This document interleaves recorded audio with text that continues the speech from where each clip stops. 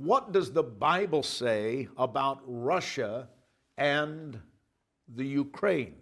Well, the actual word Russia is not found anywhere in an English translation of the Bible. But in Ezekiel chapter 38 and verse 2, many Bible translations refer to the Prince of Rosh. The Prince of Rosh, R-O-S-H. That's found right down in verse 2, Ezekiel 38 verse 2, highlight that. Son of man, set your face against Gog of the land of Magog, the Prince of Rosh. Now, the Prince of Rosh is not in all modern English translations, but it is in many English translations. And so if it's not in the translation that you're reading out of, don't be disturbed by that. But it speaks of the Prince of Rosh, Meshach and Tubal, and prophesy against him.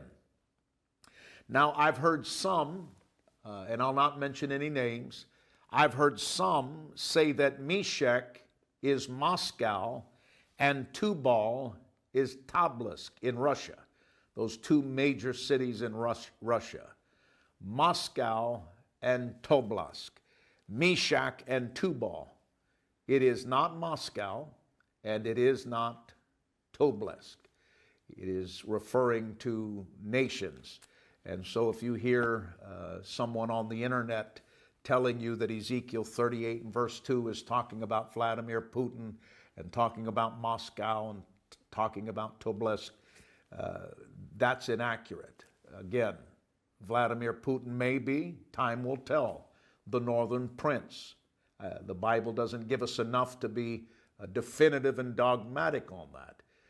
If we enter into something that becomes an apparent road towards World War III, then there'll be greater evidence. But for now, it would be premature.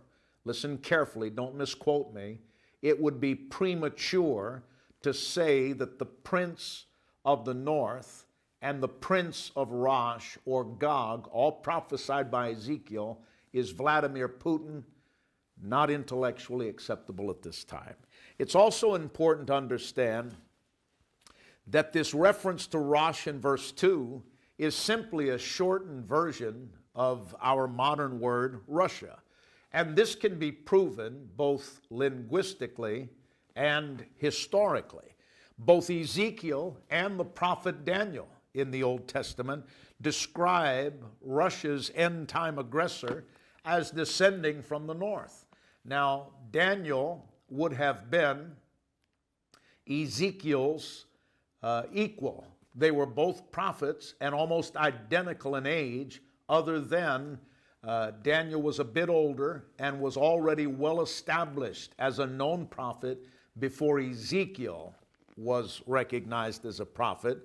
But in Daniel chapter 11, verses 5 through 35, Daniel used the phrase, the king of the north, to describe the commander of this northern alliance. In Ezekiel 38 and verse 6, look down at verse 6, Ezekiel's prophecy supports what Daniel prophesied, indicating that the invading armies would descend upon Israel from the far north.